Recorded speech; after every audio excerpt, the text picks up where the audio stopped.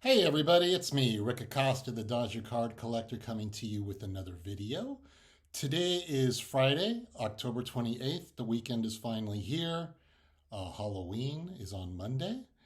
And the World Series starts tonight. The Astros are playing the Phillies. I think the Astros are going to win, but I'm going to root for the Phillies to pull it out. I know there's a lot of collectors out there that are big Phillies fans, and I wish them nothing but luck this upcoming World Series. How'd my week go? I did the Dodger tour that I mentioned in my last video. I did a tour of Dodger Stadium last Friday. That was phenomenal. If you've never gone to your local stadium and done a tour, I highly recommend it. I got to see a lot of things at Dodger Stadium that I'd never really bothered to look at. And they have a lot of memorabilia, just tons of memorabilia throughout the stadium. And it was just really nice to see. In fact, I think I might actually do it again, or they offer a second tour, which is a clubhouse tour. So I might do that. I'm going to share some video of that probably at the end of this video. I went to the Kings game on Tuesday night. The Tampa Bay Lightning were in town. So I went to Staples Center, or what it's called now, Crypto.com, and I got to see the Kings beat the Lightning. So that was fun. Love going to hockey games.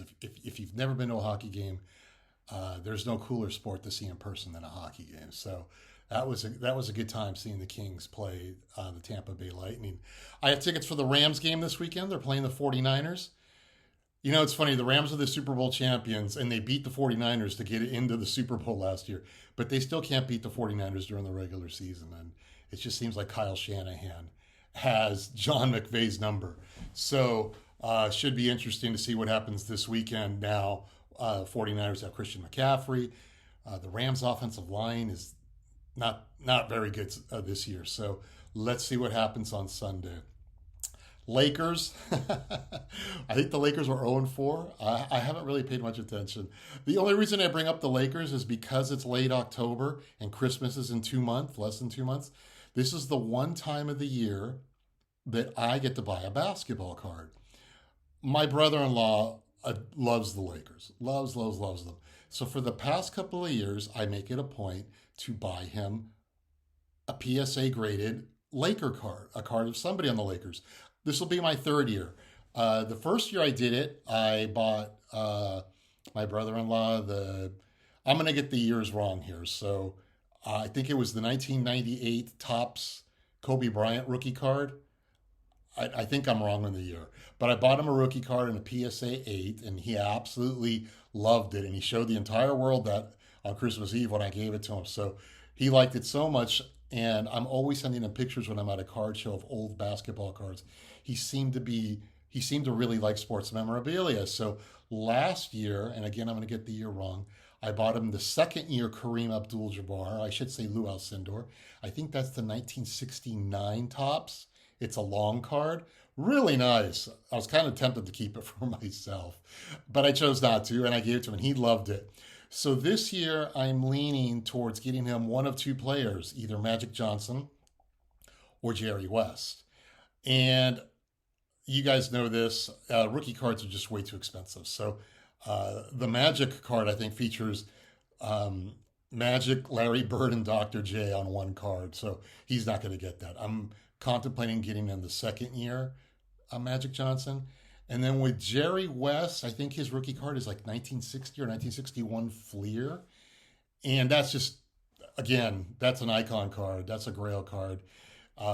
So I'm going to probably look for either one of the long cards from the late 60s or maybe something from the early 70s. But I really enjoy it because, like, I don't collect baseball or I don't collect basketball cards. So this is the one chance of the year that I get to go out and buy a basketball card for someone. So I am looking forward to that in regards to basketball season starting. All right, so today I'm going to catch you guys up on my 1957 Topps set.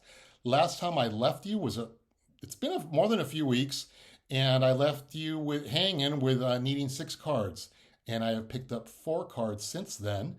So I want to show them off to you guys. So let me turn the camera around, and we'll get moving on this. All right, camera's turned around. I just realized that I called Rams head coach Sean McVay John. Apologies for that. It's Sean McVay. John McVay was his grandfather. I think he was the head coach of the Giants in the late 70s and later GM for the 49ers. So, all right, so I'm going to show you some 1957 cards. Before I do that, I'm going to show you one card that I bought from the Twitter vintage card sale. If you're not on Twitter on Wednesday nights, that's really a lot of fun. You have the Twitter vintage card sale at 7 p.m. Eastern, 4 Pacific. And if you stick around till 5 o'clock Pacific, 8 o'clock Eastern, Suze has her card chat, and she asks 6 questions. And this past week was the best card chat we ever had. She generally just picks a topic, whether it's basketball, football, baseball. This time she talked about our collections, and everybody really chimed in, and that's really fun. So Wednesday night, Cards with a Story has the vintage card sale, and you get some amazing cards in there. Mays, Mantle, Aaron, Jackie Robinson cards, people selling 1950 Bowman Commons, people unloading 6 cards from 1968. There is no modern, so it's really fun. So if you're on Twitter Wednesday nights, some good card sales are happening. I look forward to that every weekend. And as I mentioned, right after that, while that's going on, Suze has her card chat going on. So my first card, and I just picked it up from the Twitter vintage sale, is a 1951 redback Mike Garcia. Mike Garcia of the Cleveland Indians. I normally give you guys bios about my cards, and tonight it'll only be Mike Garcia. The other guys, I think my viewers are well known with them, so there's no need to really discuss them. But Mike Garcia, he was named the Big Bear, or Mexican Mike, and he was born in San Gabriel, California. And I bring that up just because I was born in the town next to San Gabriel, California. And he made his debut with the Indians in 1948, playing 12 of 14 major league seasons with them. He got the name the Big Bear from his teammate Joe Gordon for his large frame. And he was acquired the nickname Mexican Mike from the media. Now, Garcia's minority status wasn't really a novelty. The Indians had already signed Larry Doby, the first black player in the American League, in 1947.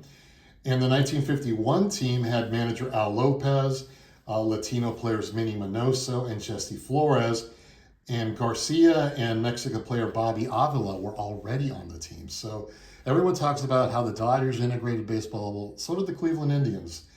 From 1949 to 54, Garcia joined Bob Lemon and Early Wynn and Bob Feller on the Indians' Big Four pitching staff. And historians consider the Big Four one of the greatest starting pitching rotations in baseball history.